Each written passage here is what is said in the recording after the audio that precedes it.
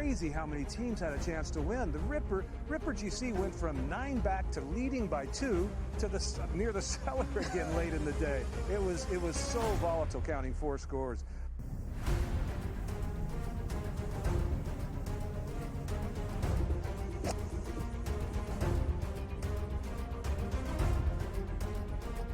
It was pretty nuts, but you know, the cliques have been cellar dwellers for basically 2.5 seasons, and they come out victorious today. That's awesome. Be the summer of the cliques, definitely. So, like I said, there's definitely more to come from us. It was a magnificent ball striking performance. Yeah, you know, I got to speak to someone in his camp before he teed off this morning, and they said to me that he is finally feeling extremely comfortable out here. He's not thinking about any swing thought. He's going out there, he's swinging so freely, and it certainly showed today. The way he drove the ball, the way he hit his irons, and even in his putting as well. Yeah, and lives in Texas, went to school in Texas. His tour win on the PGA Tour was here in Houston, which is Texas, and now his first live win, Texas. Honestly, it was just a matter of playing solid coming down the stretch. I think there was a switch there on 15 that I made birdie, he made bogey, and I just knew that I had the par in pretty much, and it was mine. The 18 I made bogeys, but it worked.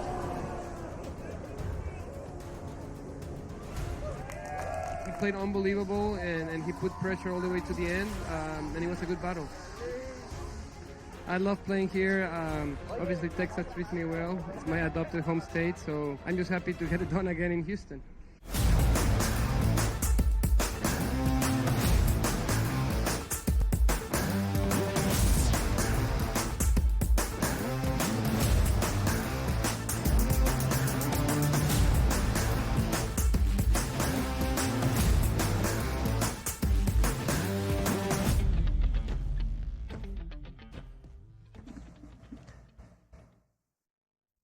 Welcome to hour number 3, live right here on the early line on this Wednesday on SportsGrid, our third and final hour to get to here on TEL. He is Donnie right side. I am Ben Stevens. We hear from you, the people out there, in just a moment about the Stanley Cup final. But before we get to the Fade the Public poll, Donnie, some breaking news that we discussed when Jack McMullen was on the show, and we never want to be bad hosts and rude to our guests, so we didn't really dive deep in to all the news that it was. ESPN's Adrian Wojnarowski. You happy with that pronunciation? Is that why Woj blocked me? Woj reporting that the Detroit Pistons have parted ways and fired Monty Williams after 1 year of a 6-year deal worth more than $72 million that made Monty one of the 5 highest paid coaches in all of the association. Of course, things were bad last year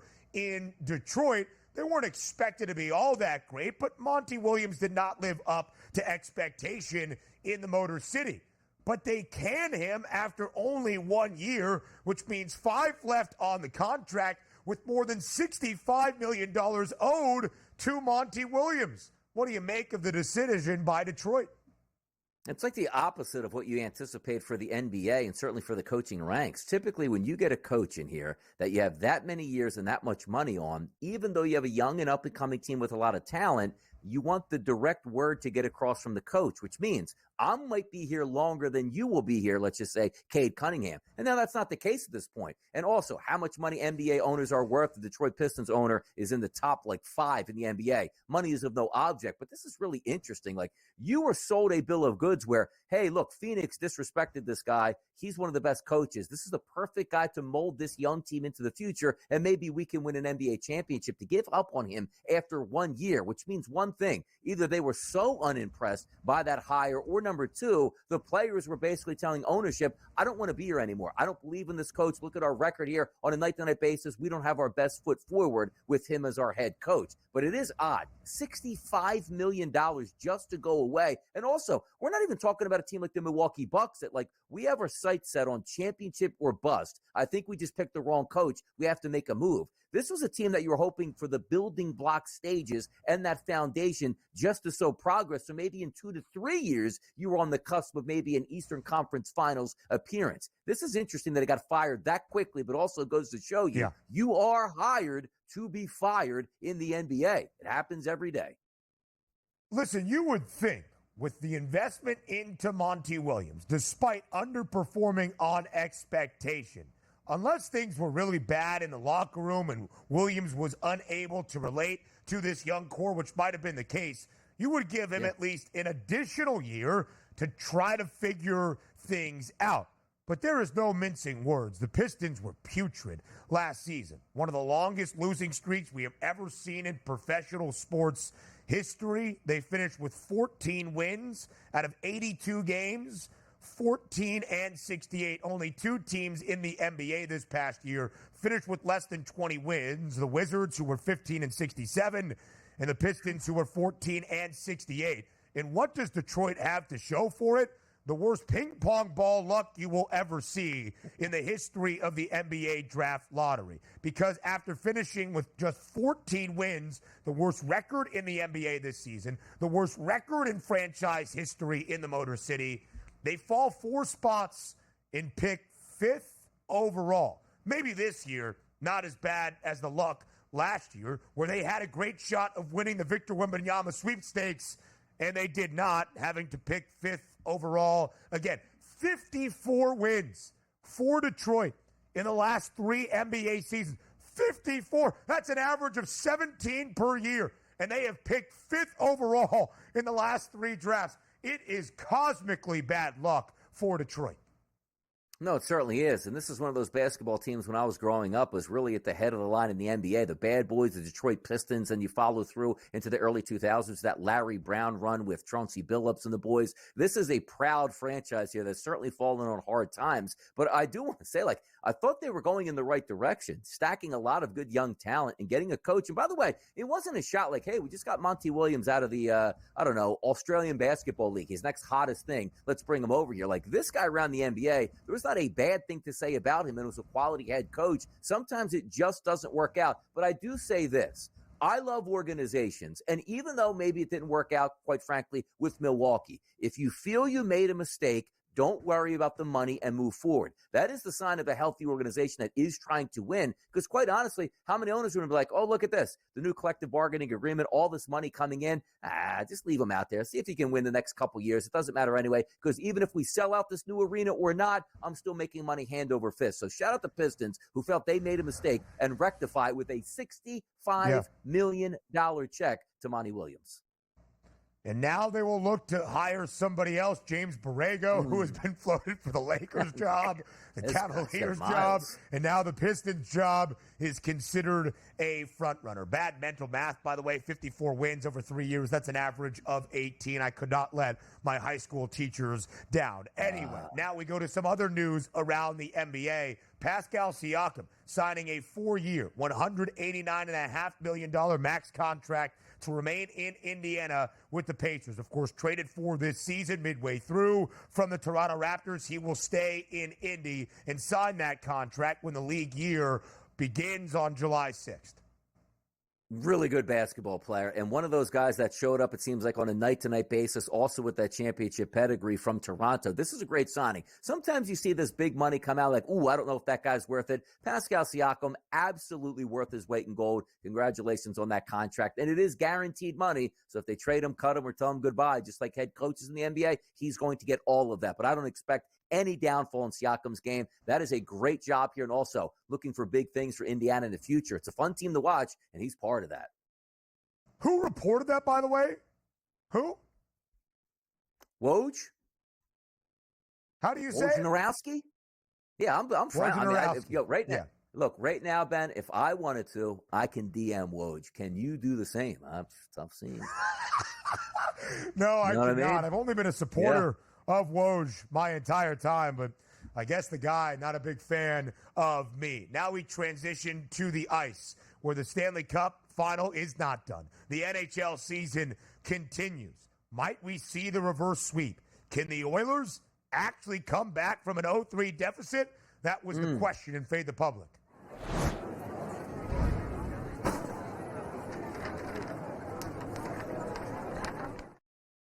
Will the Oilers complete the 0-3 series comeback in the Stanley Cup final? That was our question at SportsGrid on Twitter. Listen, I voted yes just to have some fun. I did not expect the public to be this in, but they are. Nearly 43% saying yes, Edmonton has life and can come all the way back to win this series in 7 games, 4-3. Still most of the public, nearly 58%, saying no, Florida is going to win this. I voted like a fan in this one. I did. So I voted yes. I'm part of the 42% Nice. crowd here through right around 125 votes. I do want to see a game number 7. And also, don't we deserve it? After not really getting that much to cheer about here in the NBA Finals, give me to a game 7. And you know what? Give me to a game 7 overtime. That's what I want to see here. But again, if we are oddsmen, like we claim to be, the odds say it's still quite a long shot for us even to get to a game number 7 victory for the Oilers at this point. So I voted yes. I'm with the 42%, but that's more of a fan vote for me. But then again, how long necessarily? Because Edmonton is a slight home ice favorite for Game 6. If that tracks, we'll see a Game 7. Minus 360, still the number in favor of the Panthers to win this series outright. To win it in 7, plus 210. And of course, we have seen an 0-3 comeback 4 times in Stanley Cup playoff history. Only once in Major League Baseball. That was the Red Sox over the Yankees in 2004. Never in the history of playoff basketball in the NBA. Daily Basis with Craig Mish next.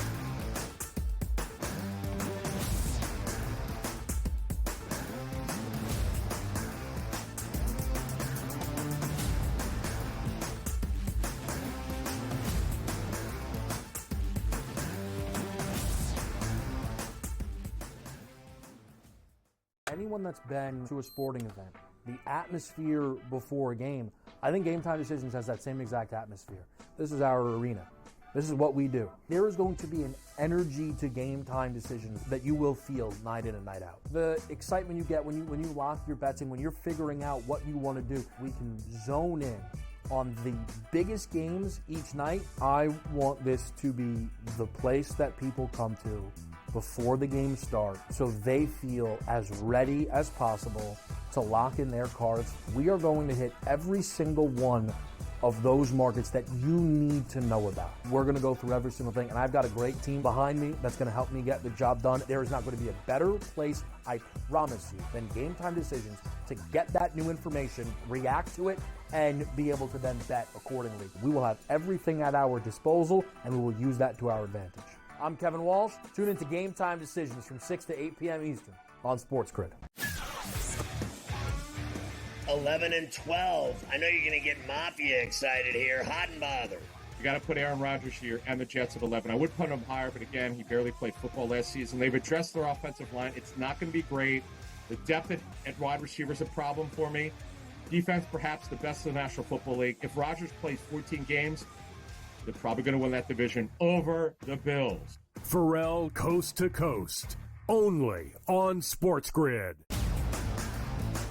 Rory Mack, it's going to be remembered. It will be a lasting image from the 2024 United States Open, just like Bryson DeChambeau's 55-yard bunker shot. We love big-time winners. Like, you win a championship, we want to hear from you. You get the stage. Sometimes it's emotional. It's a great watch. We know we also love the losers who said, you know what, I just can't believe I folded down the stretch. Let me face the music here. You sort of get a new light there. The Early Line, only on SportsGrid.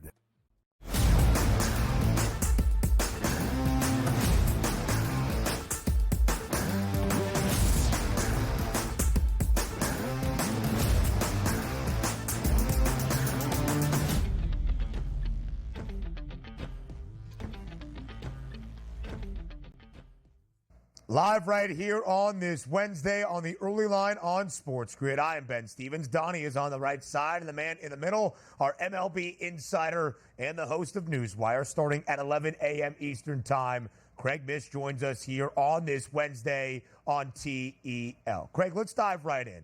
And we're not going to get to our wonderful animation stinger until we ask you our second question as we round the bases in honor of respect. Because yesterday, a sad moment in the history of baseball, the passing of Willie Mays at the age of 93. Willie Mays, one of the greatest baseball players to ever grace a baseball diamond, was a guy that you met a few times. What was your interaction like with Willie Mays when you had the chance to meet him in person? Yeah, Ben, it was, I mean, really both times was, like meeting him and you're in the presence of greatness. That time right there, I interviewed Willie Mays. He was honored by Don Shula once a year in South Florida. Don Shula would bring in a legend to honor, and he brought in Willie Mays. They asked me to come, and I interviewed him there. And so that was like a bucket list event, to do that. When I was younger, I used to have this huge bucket list where I would check everything off. And that's why I can say I went to all these Super Bowls and national championships and World Series and Final Fours. I used to do everything. And so that was on my list. I'm I have to meet Willie Mays. So I did. And it was a great interview. It was fun. He was at the time, he was, younger. I guess he was in his 70s at that time. And it was, one of the great moments for me. But I would say as a fan, I had an even bigger moment, and I'll try and tell this story as quick as I can. But in 2004, my wife and I went to San Francisco just on a trip for opening day. And it was April 12th, I believe, of 2004. A friend of mine had told me, hey, before you go to the game, randomly, he's Willie Mays parks in the ship steward parking lot, which is across from the water. And he parks in this spot. I'm okay, whatever. He's yeah, don't go into the game. Just wait out there. You'll get a chance to see him and interact with him. I'm okay, whatever. So literally, me and my wife were out there before the game. We're thinking this is a bunch of crap. And then here comes this Escalade. Willie Mays gets out of the Escalade with another person. I was are you kidding? We're looking around where's, what is going on here? So needless to say, the reason why he was there, guys, is because it was opening day. And not only was it opening day, but Barry Bonds was on 559 home runs. If you remember, Willie Mays had 660. So, we take pictures of Willie Mays. He was cool as could be. The game begins, guys. Barry Bonds hits number 660. Willie Mays comes out. They hug. He gives him the trophy. I mean, it was one of those moments. It's incredible. And I'm in the media at the time, but as a fan, we went out there just to see a game. We went to Oakland too. But to see, I was there for Bonds' 660th home run where he tied Willie Mays, still have the ticket, met Willie Mays that day before the game. So two good stories for me with Willie.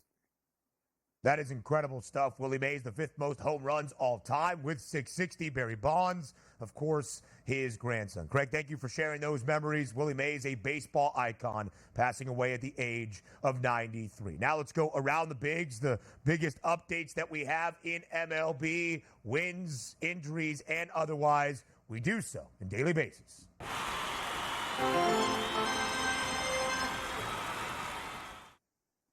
Craig, the story this season for the Houston Astros has been injuries to its starting staff on the bump and add Justin Verlander to it, placed on the 15-day IL yesterday by the Stros with what Houston is calling neck discomfort. Where do things stand for Houston, who are now 7 games below 500? Yeah, my neighbor's a big Astros fan in my community, and he thinks this is it. I mean, he's a huge fan, and yesterday he was like, that's it. That's it. That's the final one. Now we lost Verlander. And guys, I got to tell you here, I think the Astros are in, huge trouble here. I mean, it's one thing to lose, Jose Urquidy for the season and Christian Javier for the season, and Luis Garcia is already out for the season, and McCullers hasn't come back. But now Verlander's out too. You don't have any. I mean, the Astros are a great organization, and they've dipped into their pipeline big time to try and find replacements. They've done a great job. Kyle Tucker's been hurt too. So I can't pivot over. Even though the Astros are still close, I can't pivot over to them. I just think that the injury bug has crushed them this year. It's one of those years that, unfortunately, probably some people are going to fall on the sword for this season because losing in Houston's unacceptable. But to me, this is the final blow, losing Verlander. And by the way, they're saying they don't know when he's going to come back either. That's probably even more of a telling sign there. So some bad news there for the Astros, but great news here for the New York Yankees, which includes getting hit by a pitch and not having a broken hand or wrist. And it looks like we're going to avoid disaster there for Aaron Judge. But also, even better news, Garrett Cole back on the mound today for the Yankees. Things are looking up in the Bronx here, Craig. Yeah, they are. I'd be careful with the Yankees today from the betting perspective, because generally after something like this, you would expect Judge to get a day off. Also, how deep will Cole go today? I'm not really sure, but you're right, Donnie. having him back is better than having some player from the minor leagues. Also, great moment yesterday for the Yankees with that kid Rice getting his first hit too. Yeah, he was very excited to do so. He has been called up after the injury to Anthony Rizzo. But good news on the injury front for the New York Yankees. Aaron Judge might miss today, but should not be out for a considerable amount of time, and Garrett Cole in his return. Craig, you showed the odds. You said be careful with where things stand today in the Bronx. Quickly here, how long do you think Garrett Cole goes in his season debut? Based on the numbers, what I've seen in the minor leagues, it feels like close to 85 pitches, which would be about 6 innings max. So I think that's probably what you'd be looking at. And that's the right approach here because they want him for September and October. So, I mean, probably 5 is the number, but he could go 6 based on what I saw in the minors. So the Yankees win yesterday 4-2 in the opener against the Orioles in the Bronx, a 2.5-game lead. Now for New York atop the American League East. Only 2.5 games separate those two same clubs from the American League's best record as well. Craig Mish, as always, we appreciate the time. Thank you for sharing the Willie Mays stories here on the early line. I'm sure we'll get more on Newswire as well. It starts at 11 a.m. Eastern time. We'll talk to you tomorrow. All right. Thanks for having me.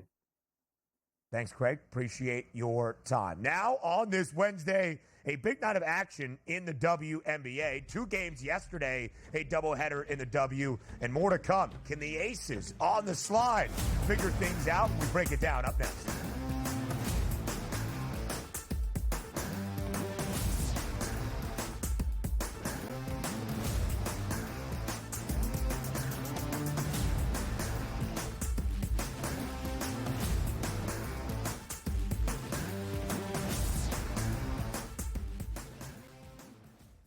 Anyone that's been to a sporting event, the atmosphere before a game, I think Game Time Decisions has that same exact atmosphere. This is our arena. This is what we do. There is going to be an energy to Game Time Decisions that you will feel night in and night out. The excitement you get when you lock your bets in, when you're figuring out what you want to do, we can zone in on the biggest games each night. I want this to be the place that people come to before the game starts so they feel as ready as possible to lock in their cards. We are going to hit every single one of those markets that you need to know about. We're going to go through every single thing, and I've got a great team behind me that's going to help me get the job done. There is not going to be a better place, I promise you, than Game Time Decisions to get that new information, react to it, and be able to then bet accordingly. We will have everything at our disposal, and we will use that to our advantage. I'm Kevin Walsh. Tune into Game Time Decisions from 6 to 8 p.m. Eastern on SportsGrid. 11 and 12. I know you're going to get Mafia excited here. Hot and bothered. You got to put Aaron Rodgers here and the Jets at 11. I would put him higher, but again, he barely played football last season. They've addressed their offensive line. It's not going to be great. The depth at wide receiver is a problem for me. Defense, perhaps the best in the National Football League. If Rodgers plays 14 games, they're probably going to win that division over the Bills. Pharrell Coast to Coast, only on SportsGrid.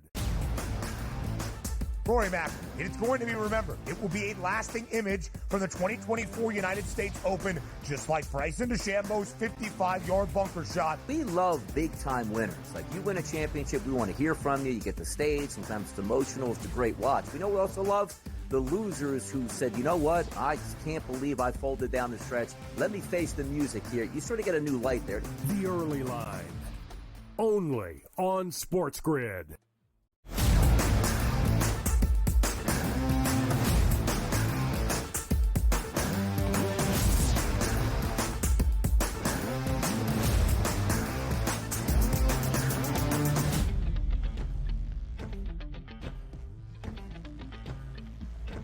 A big day in the WNBA on this Wednesday. It will be a focus during these summer months, and we will break it down from the handicapping perspective live right here on this Wednesday on the Early Line on SportsGrid. He is Donnie Right Side. I am Ben Stevens, and the two-time reigning WNBA champs are struggling as of late. The Aces, who had their first 3-game losing skid last week since the 2019 campaign, have now dropped 4 of their last 5. The Aces at home today in Vegas as a 6.5-point favorite against a good Seattle Storm team that entered the year with the third best price to win the WNBA title. In Seattle right now, the fourth best record in the W at 9-5. And they started just 1-3 in their first 4 games. They've won 8 of their last 10, despite getting upended by the Mercury over the weekend in their most recent outing. DRS, Las Vegas, hey, Michelob Ultra Arena,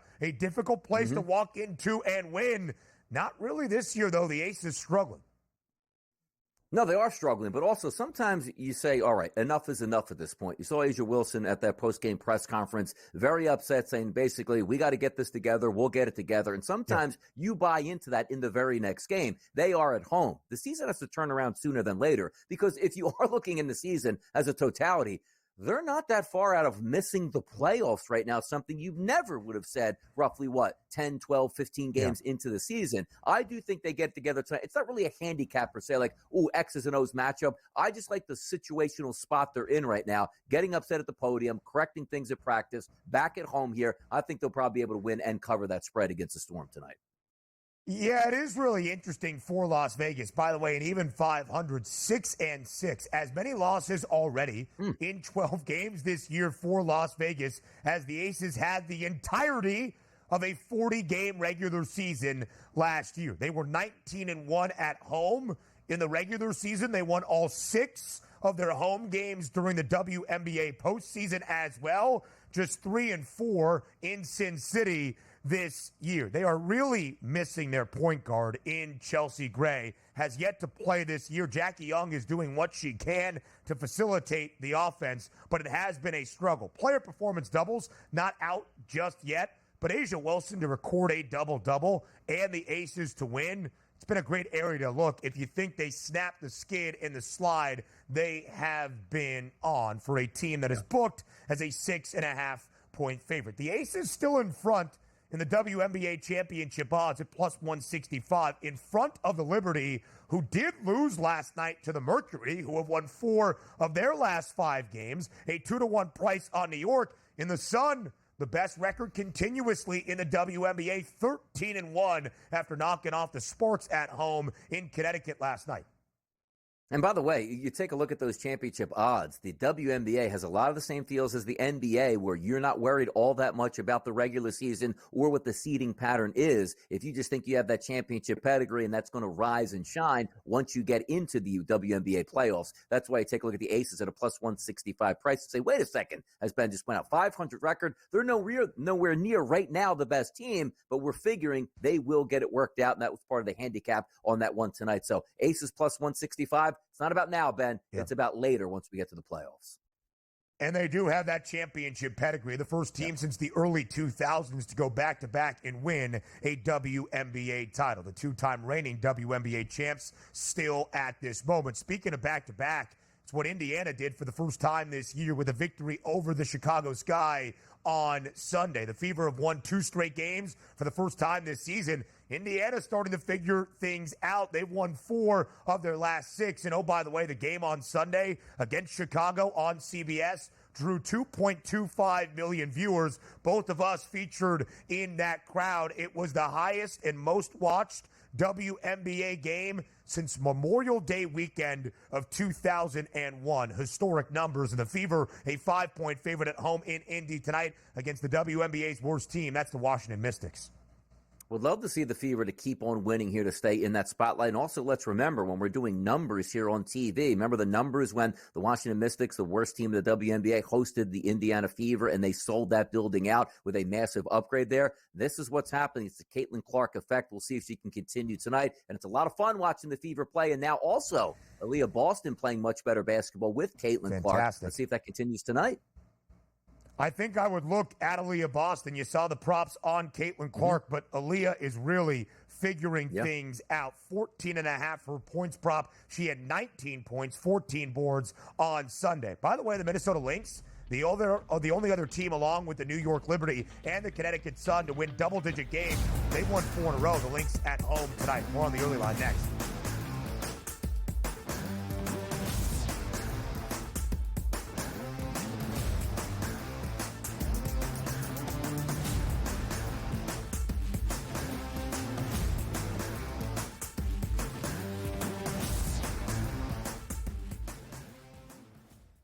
Anyone that's been to a sporting event, the atmosphere before a game, I think Game Time Decisions has that same exact atmosphere. This is our arena. This is what we do. There is going to be an energy to Game Time Decisions that you will feel night in and night out. The excitement you get when you lock your bets in, when you're figuring out what you want to do, we can zone in on the biggest games each night. I want this to be the place that people come to before the games start so they feel as ready as possible to lock in their cards. We are going to hit every single one of those markets that you need to know about. We're going to go through every single thing, and I've got a great team behind me that's going to help me get the job done. There is not going to be a better place, I promise you, than Game Time Decisions to get that new information, react to it, and be able to then bet accordingly. We will have everything at our disposal, and we will use that to our advantage. I'm Kevin Walsh. Tune into Game Time Decisions from 6 to 8 p.m. Eastern on SportsGrid. 11 and 12. I know you're going to get Mafia excited here. Hot and bothered. You got to put Aaron Rodgers here and the Jets at 11. I would put him higher, but again, he barely played football last season. They've addressed their offensive line. It's not going to be great. The depth at wide receiver is a problem for me. Defense, perhaps the best in the National Football League. If Rodgers plays 14 games, they're probably going to win that division over the Bills. Pharrell Coast to Coast, only on SportsGrid. Rory Mack, it is going to be remembered. It will be a lasting image from the 2024 United States Open, just like Bryson DeChambeau's 55-yard bunker shot. We love big-time winners. Like, you win a championship, we want to hear from you. You get the stage. Sometimes it's emotional. It's a great watch. We know we also love the losers who said, you know what, I just can't believe I folded down the stretch. Let me face the music here. You sort of get a new light there. The Early Line, only on SportsGrid.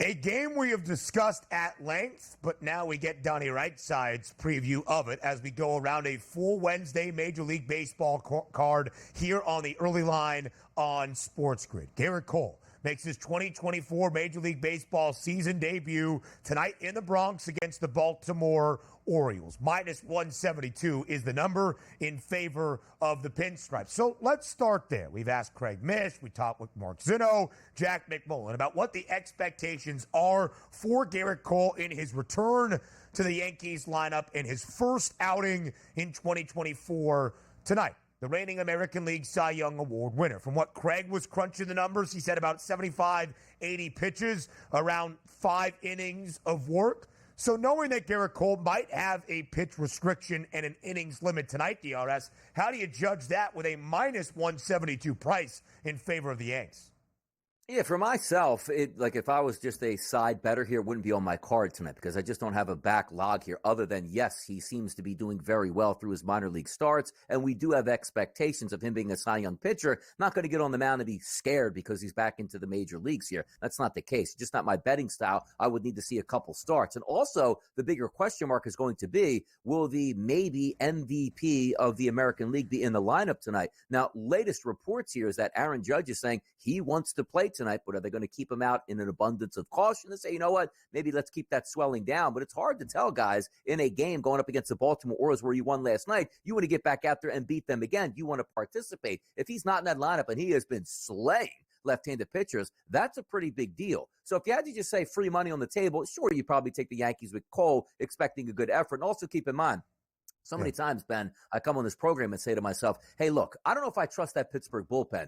I know Skeens is going to be filthy through 5. Wouldn't it be a shame if you went 6 innings and the bullpen blew up 7, 8, and 9 and you lost that game? You don't have those fears with the Yankees bullpen at this point. If Garrett Cole has a strong 6 innings today and they have a 3-1 lead, the Yankees are probably going to win that game. So from a betting perspective, I still do think the Yankees are a decent play here. But my question is going to be, Povich, what do you get on that side of it? We haven't seen a lot of batters he's faced, only 49. But if we do date back to May 1st, minimum 10 innings pitched, he doesn't have that great of numbers here. 132 xFIP minus, an ERA that is approaching 5, and a Sierra number also approaching 5. The pedigree pitchers on the mound here for the Yankees, I just wish I knew a little bit more of how long he's actually going to go and how effective he will be. So it's not one of the where I'm saying you got to lay the wood on the Yankees, but I'm also not telling you to take the Baltimore Orioles as a dog price. But if you are looking, the left-handed batters, even though the left-handed pitching, Cade Povich is on the mound, Juan Soto and Alex Verdugo would be on my card. They've been very good against lefties over the past month, and I expect them to do that again tonight in the Bronx.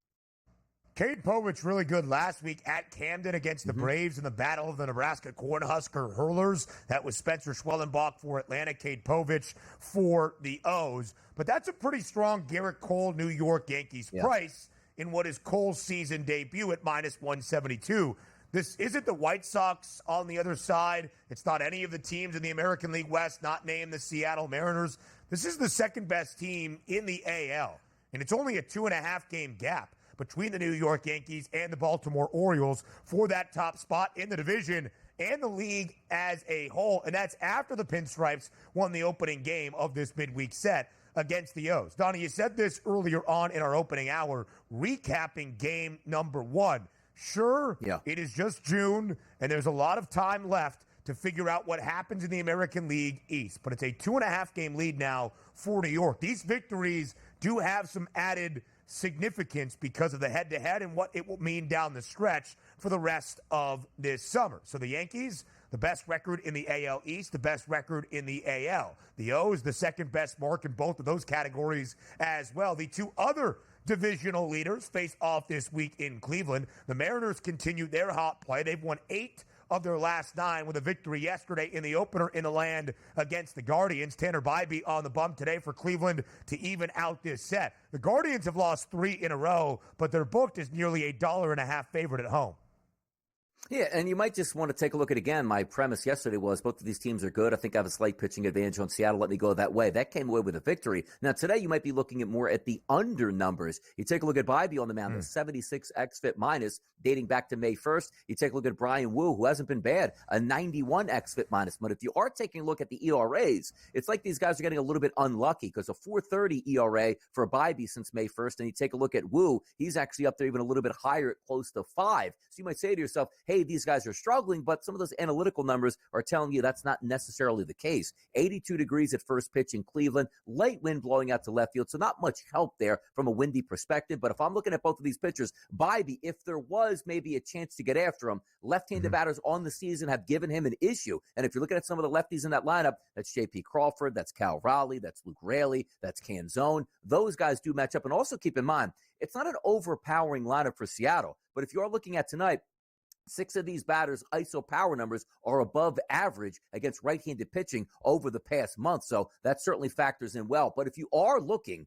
at that Cleveland Guardians lineup, Wu's got great numbers. And what I mean by that is 84 at-bats. It's an 060 ISO and a weighted on-base percentage of 159 over the past 30 days, which means maybe not striking out enough guys, giving up too many fly balls and getting a little bit lucky. But those are some of the betting numbers I don't want to bet into, even though the Cleveland Guardians have a very good history over the past month of hitting right-handed pitching. But for me, I'll just lean on taking the plus money once again on day number 2 because I think Wu should have a decent day, even though those Guardians numbers are very, very good against right-handed pitching.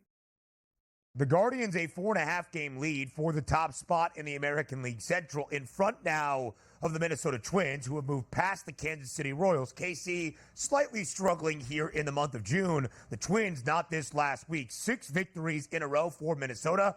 Booked as a pretty hefty home favorite tonight in game number 2 of their midweek set against Taj Bradley and the Tampa Bay Rays. The Rays 5 games below 500. Will it be 7 straight today at Target Field in Minneapolis for the Twins? Taj Bradley, usually one of those guys I like to get after, but let's take a look at his last 30 days in totality, which is always interesting. Which side can you side with? 114 batters he's faced, a 245 ISO and a 314 weighted on base percentage. Now, the 314 is actually below average. The ISO power number 245, way above average here. That's where you can get in trouble. He's got a high ISO power number to lefties and righties. So then you say to yourself, okay, that's what's actually happened on the field. What actually are his analytical numbers? If we look at his ERA, it's 4.23 since May 1st. which obviously isn't great, but his Sierra number here, if you include skill interactive ERA, which includes defense, it's a 3.01. That's really good. His exit minus is actually only a 77, which is interesting. But if you line up right-handed pitchers going up against the Minnesota Twins, they have the ability to put some quality lefties in that lineup. If you're looking at this team weighted on base percentage-wise, 6 out of the 9 batters we anticipate tonight, all positive weighted on base averages against right-handed pitching over the past month. That's going to be a tough one to say. So if I'm saying, all right, I always like the fade Taj Bradley, his analytical numbers are good, I'm probably still going to have a slight lean here towards the Minnesota Twins today. The hottest team in the American League, that's Minnesota, 6 consecutive wins. The hottest team in the National League in all of Major League Baseball, that's the Grimace Mets. 7 consecutive victories for the Amazons since Grimace threw out the first pitch last week at Citi Field. I feel like I have to keep giving the qualifier in case this is your first time watching the early line, either in this 3 hours or this week. They look for 8 wins in a row. Do the Amazons tonight on the road in Arlington. It's a virtual pick'em against the reigning World Series champs. Will it be 8 straight for New York? Let's take a look at Manaea. Now, if we take a look at Manaea, let's take a look at him on the mound. 84 at-bats he's had over the past, or 84 batters he's faced over the past month. 266 ISO, 373 weighted on base percentage. Like, oh, man, sign me up for Texas. But watch out. Simeon, Seager, and Grossman, above average ISO and weighted on base percentage against lefties over the past month. Everybody else has been atrocious. So now flip it over to the Mets, who, as we know, in the past 30 days have really gotten their bats going. Andrew Heaney is a left-handed pitcher. He struggles with right-handed bats, but take a look at this lineup. Brandon Nimmo's got a 312 weighted on base percentage. Outside of him, Alvarez, and Bader, everybody else has really good numbers here. So if you're focused on RBI props, again, look to the middle of that lineup, and probably Pete Alonso, he should be able to cash in a ticket for you tonight. I think the good times continue for those New York Metropolitans. The game-winning ribby from the Polar Bear last night in Arlington. Plenty more baseball breakdowns next.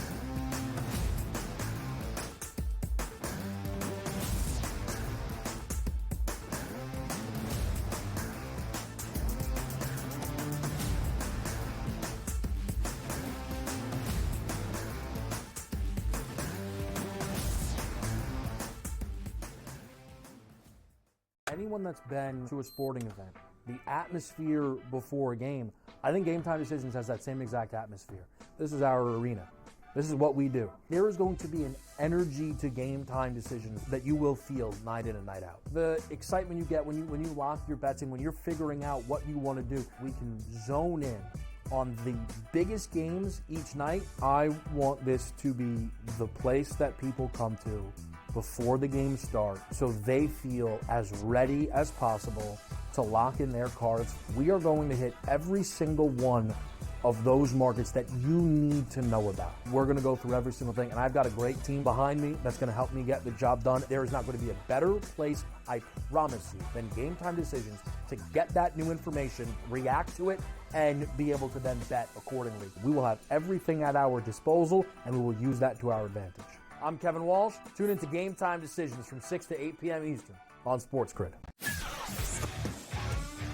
11 and 12. I know you're going to get Mafia excited here. Hot and bothered. You got to put Aaron Rodgers here and the Jets at 11. I would put him higher, but again, he barely played football last season. They've addressed their offensive line. It's not going to be great. The depth at wide receiver is a problem for me. Defense, perhaps the best in the National Football League. If Rodgers plays 14 games, they're probably going to win that division over the Bills. Pharrell Coast to Coast, only on SportsGrid.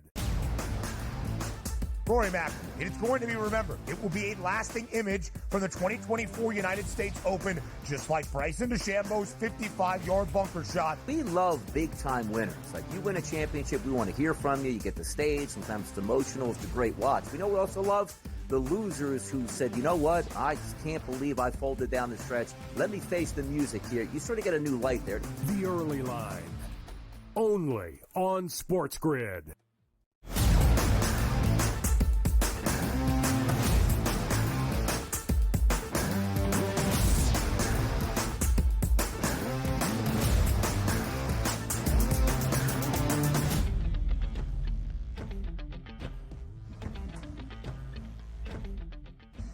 Seven runs in one inning a half inning for the LA Dodgers yesterday in their wild rally and comeback at Coors against the Colorado Rockies. 11-9, the victory for LA. And in the top of the ninth, Jason Hayward, a pinch hit grand salami, got the Dodgers back into the game.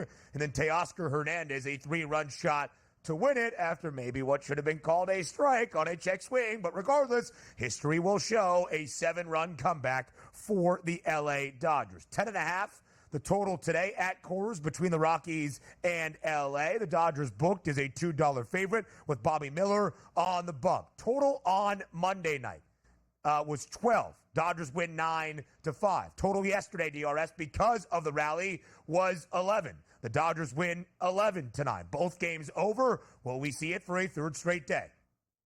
Could be. Weather not as, I guess, appreciative of what we need it to be at this time of the year in Colorado. 70 degrees, which is nice, but a wind blowing in from dead center field about 5 to 6 miles an hour. And again, we're still playing at Coors. The ball's going to travel, but we're just not getting those heated up temperatures and a wind blowing out. Now, having said that, I did get a kick out of last night. Teoscar's home run, if you watch that on a replay or maybe a highlight, you saw the minute that ball went over the fence, that right fielder was screaming at the umpire on the first base line here, knowing that should have been a strike 3 call, and that game was basically over. But yet now they're going to lose because they gave up that home run. Flip it over to tonight, because Randy Feltner hasn't been a great pitcher. Now, you have to understand one thing. His ERA since May 1st is over 6, but he does pitch at Coors Field. So if we try to put those metrics in to sort of level the playing field, his xFIP minus number is slightly under 100. So he's not a terrible pitcher, but here's the issue. He's a right-handed pitcher. He's been great this year, Ben, against right-handed batters for the year and the past 30 days. The issue, he can't get left-handed batters out.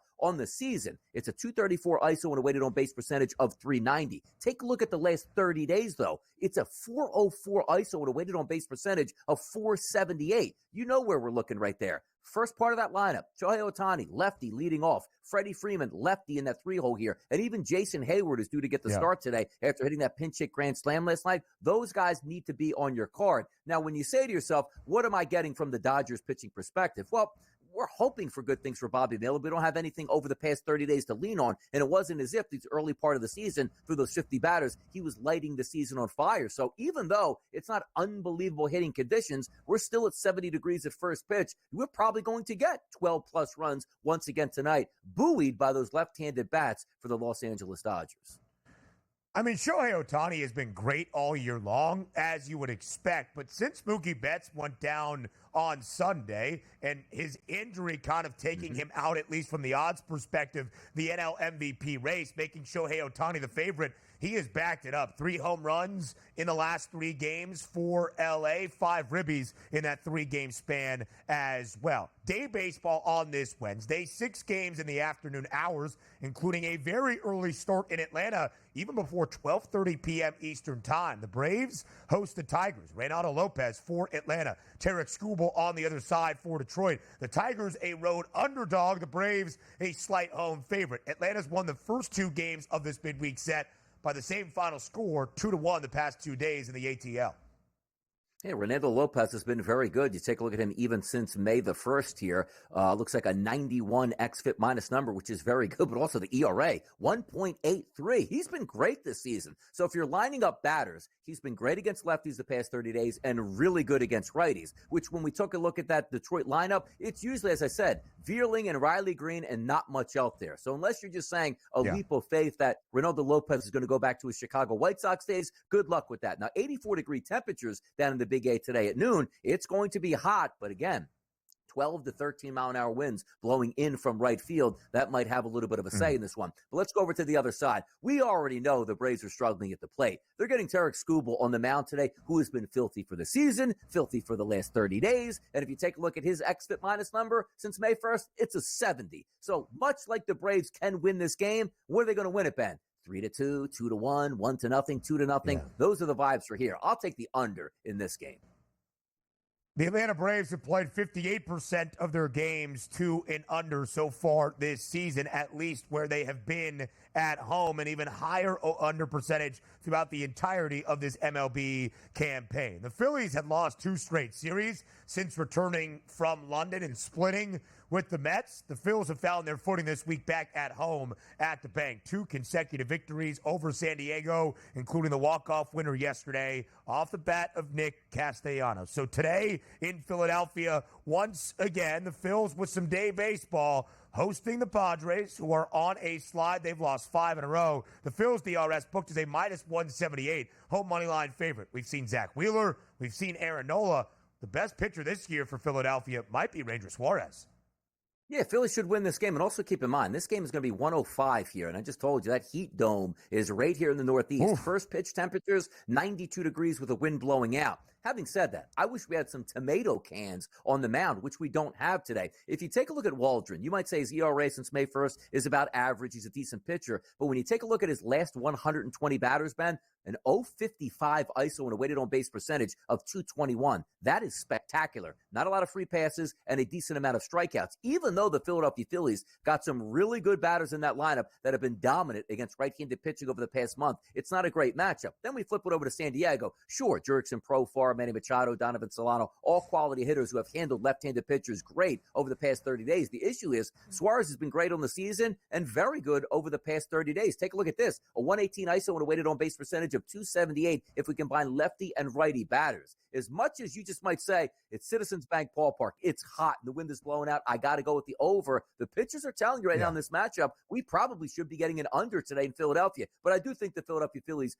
do beat San Diego in this spot. But also keep in mind, Trey Turner not expected to play today. Looks like he's going to get the day off.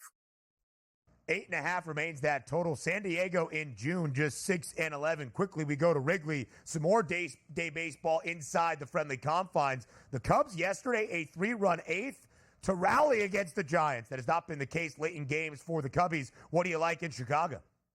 The over. And again, both of these lineups aren't tremendous here, but when you're talking about Wrigley Field, you can almost just put that same weather forecast I gave you from Philadelphia in Wrigley. 92 at first pitch, about 10 mile an hour to dead center field. Spencer Howard, who can't get right-handed batters out. You might want to go with the right-handed batter. Seiya Suzuki today should be in business for the Cubs. Some ribby props on Seiya, and we might be seeing a lot of runs. 11.5 is that total. More MLB bets coming your way next.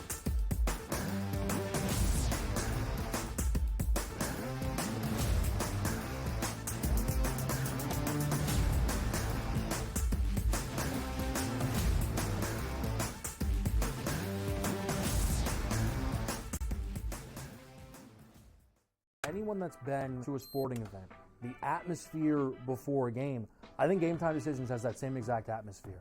This is our arena.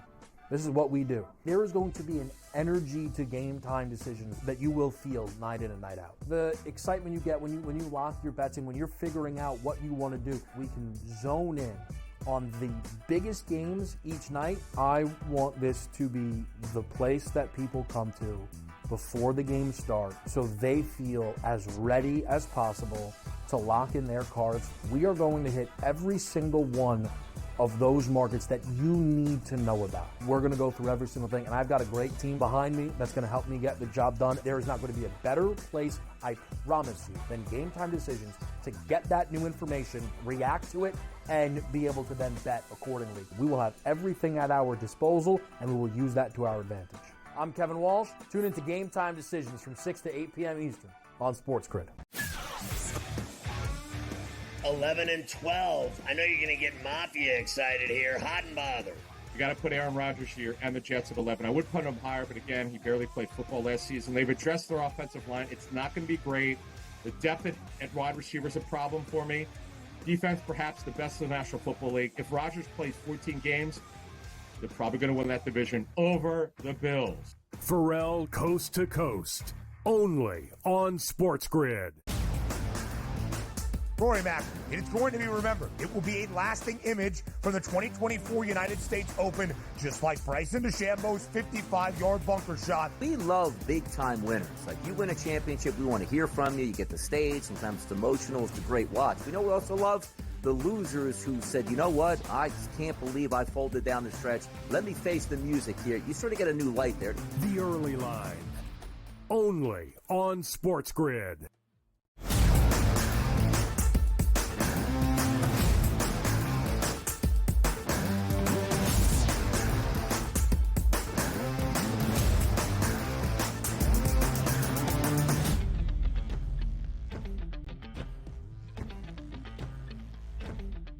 Some early starts, some day baseball on this Wednesday around MLB. Next up, we go to PNC Park in Pittsburgh. The Buccos a favorite against the Cincinnati Reds. Pittsburgh a -134 home money line favorite against Hunter Green and Cincy. Over/under stands at 8.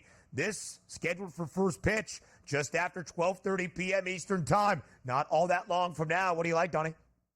Yeah, not a great lineup here for the Reds, particularly going up against right-handed pitching over the past month. You're supposed to hammer right-handed pitching. Will Benson, who's due up in the leadoff spot today, he got solid numbers. Ellie De La Cruz has decent numbers. Everybody else, 3 through 9, terrible numbers against right-handed pitching, which is something you should be able to take care of with Mitch Keller. Now, left-handed bats have gotten the best of Mitch Keller. Benson's a lefty. De La Cruz will be a lefty. Fraley will be a lefty. Martini, and also Hubertos. But at this point, I don't know if I can trust that lineup overall. Now, let's take a look on the opposite side. Hunter Green, who has that pedigree, which we think is going to become a very good pitcher in Major League Baseball, just hasn't really surfaced yet. And quite frankly, he's great against left-handed batters, but terrible against right-handed batters. Yep. So Andrew McCutchen at the top of that lineup should be able to do some damage. Maybe Nick Gonzalez in the middle, but these two lineups aren't great here. So 89-degree temperatures in Pittsburgh, love to go over. I'm probably still leaning towards an under at this point. Just not happy with either one of these lineups.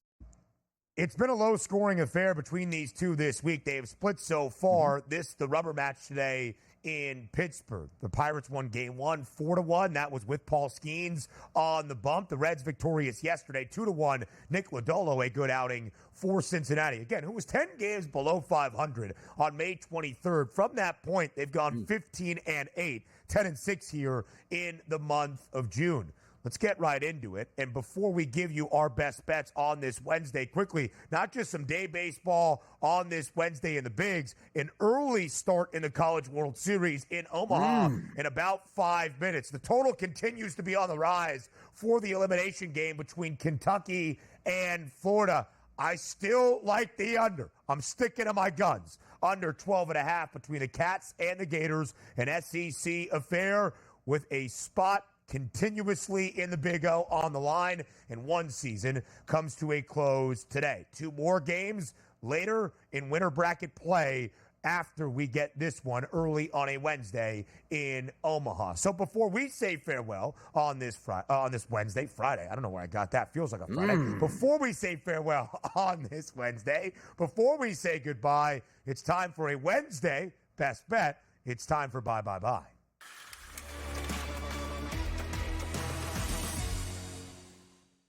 DRS, a lot of baseball to choose from. A full Wednesday card. What is your best of all the bets? Yeah, probably riding that hot streak there with the New York Mets. Team total certainly could be in play today with Andrew Heaney on the mound. We like the final. Like yesterday, J.D. Martinez let me down. Scored a lot of runs. He wasn't a participant. Yesterday, Pete Alonso was a participant. And it's not saying, let's just go back that way. There are a multitude of guys here that are going to bat righty in that lineup that should be able to handle Andrew Heaney. But I'm going to go with Pete Alonso in that cleanup spot. A 233 ISO, a 356 weighted on base percentage over the past month against left-handed pitching. I think he does some damage today and grabs us an RBI. And it's a pretty good price point here at the FanDuel Sportsbook. That's a plus 155 for the Polar Bear to get us an RBI, and I think he will do that today. Listen, it's a baseball show. I'm feeling baseball-y. We start with the first game of the day in MLB. Tarek Skubal on the bump for Detroit. I like the Tigers in the first 5. It's around a minus 102 price for Detroit as a road underdog. And how about Garrett Crochet for the Chicago White Sox? After the Sox beat the Stros yesterday 2-0, finally Chicago gets to 20 wins. They've had 14 since May began, 6 of them when Crochet started a game for the Southsiders. In 8 starts since May started, Garrett Crochet has given up a total of 6 earned runs. Donnie, am I crazy for thinking the White Sox first 5 today against Houston?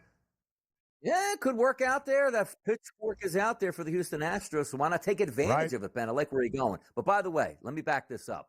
Imagine if you're a college baseball player. You hit that double in the gap today and walk it off. You walk right to South Beach, you walk right to Manhattan Beach on the West Coast. It's the way to do it, man. This is the next level. The kids want to be in L.A. and Miami. Let's make it happen next year. Hashtag out of Omaha. I'm not going to slander Manhattan Beach. I am going to slander you. That's the worst idea you've had among many that are bad. That's my fault, though. I gave you too much time on the backside there because we had too much time talking best bets. I've already said I kind of like the under. Kentucky-Florida elimination game, fading where the market is going. I love the over for whatever team wins and then plays Texas A&M in the nightcap tonight. Oh, Analia Boston over 14.5 points. He's Donnie right side. I'm Ben Stevens. We'll talk tomorrow, Thursday, 8 a.m. Eastern, here on SportsGrid.